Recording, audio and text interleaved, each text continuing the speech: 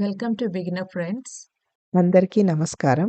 ఓం నమో భగవతే వాసుదేవాయ.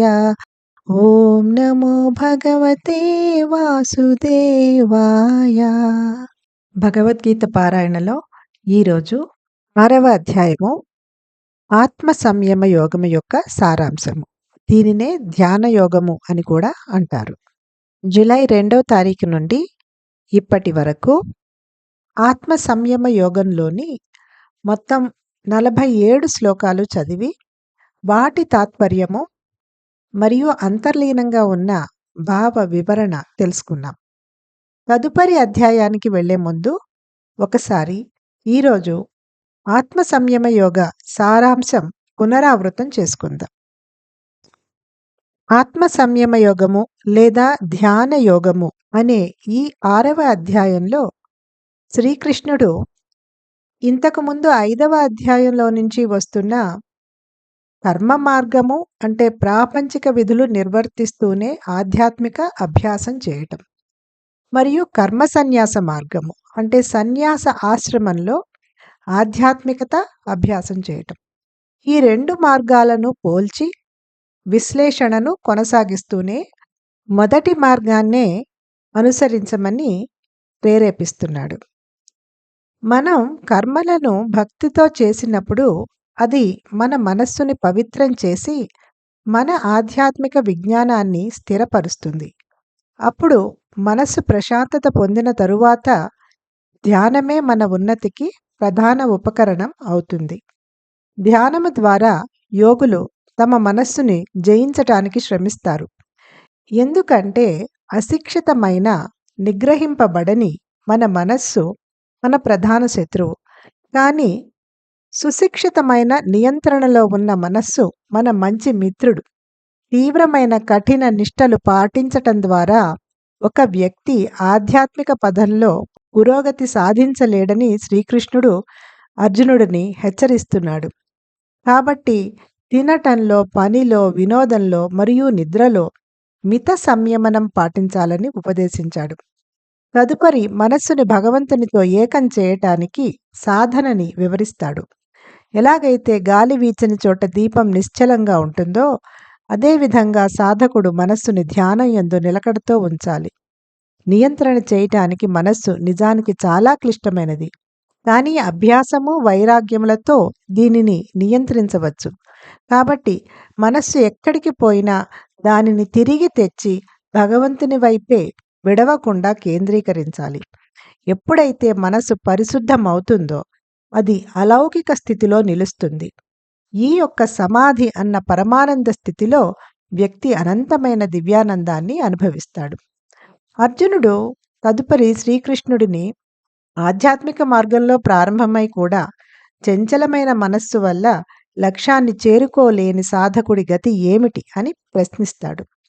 భగవత్ప్రాప్తి కోసం ప్రయాసపడే వ్యక్తి ఎప్పుడూ చెడిపోడు అని శ్రీకృష్ణుడు హామీ ఇస్తాడు. భగవంతుడు ఎల్లప్పుడూ మన అన్ని పూర్వజన్మల ఆధ్యాత్మిక పురోగతి లెక్క చూసుకొని దానిని మళ్ళీ తదుపరి జన్మలలో పునరుత్తేజింపచేస్తాడు. దీనితో మనం ఎక్కడ విడిచిపెట్టామో అక్కడ నుండి తిరిగి ప్రయాణం మొదలు పెట్టవచ్చు. ఎన్నో జన్మల నుండి పోగైన సాధన ఫలంగా యోగులు ఈ జన్మలోనే భగవంతుడిని చేరుకుంటారు. తపస్సులు, జ్ఞానులు మరియు కర్మీల కంటే యోగులే శ్రేష్టమైన వారు అని ప్రకటిస్తూ ఈ అధ్యాయం ముగిసింది. ఇంకా యోగులందరిలోకెల్లా భగవంతుని పట్ల ప్రేమయుక్త భక్తిలో నిమగ్నమయ్యే వారే అత్యున్నతమైన వారు అని శ్రీకృష్ణుడు చెప్పాడు. Starting from 2nd July 2026, we have completed reading and understanding all the 47 slokas of Atma Samyama Yoga, which is also known as Dhyana Yoga. Today we will summarize the content of Atma Samyama Yoga briefly before proceeding to the next chapter. In this chapter, Sri Krishna continues the comparative evaluation between Karma Yoga, that is the practice of spirituality while performing worldly duties, and Karma Sannyas Yoga, that is the practice of spirituality in a renounced state. He reiterates that Karma Yoga is a more practicable path than Karma Sannyas Yoga. When work is done with devotion, it purifies the mind and enhances the spiritual realization. The mind then becomes tranquil, and meditation becomes the primary means of elevation. The yogis strive to conquer the mind through meditation because while a trained mind is the best friend, an untrained mind can be the worst enemy for a spiritual aspirant.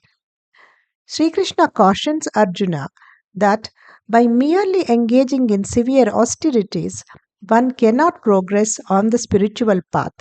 Therefore, moderation must be maintained even in basic necessities like food, sleep, work, recreation, etc. Sri Krishna then explains Yoga Sadhana or the spiritual practice for uniting the mind with God. He says, similar to a lamp that does not flicker in a windless place, a sadhak should practice keeping his mind steady in meditation. He agrees that it is difficult to restrain the mind, but it can be controlled by practice and detachment. Therefore, whenever the mind wanders away, one needs to bring it back and continue to focus on God. Then the mind gets purified and is established in the transcendence or samadhi, which is a joyous state where one experiences infinite divine bliss.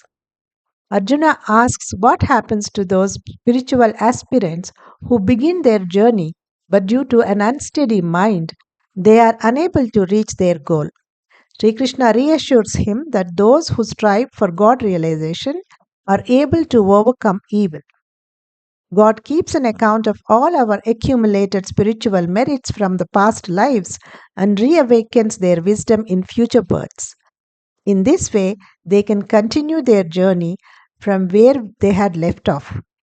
And with the help of their accrued merits from previous lives, in their present life, the yogis fast track towards God. The Lord then concludes this chapter with a declaration that the yogi, that's the one who strives to unite with God, is superior to the tapasvi, that is an ascetic, the jnani, that is a person of learning, and the karmi, that is the ritualistic performer. And the highest among all the yogis is the one who engages in bhakti, that is loving devotion of God. Om Namo Bhagavate Vasudevaya.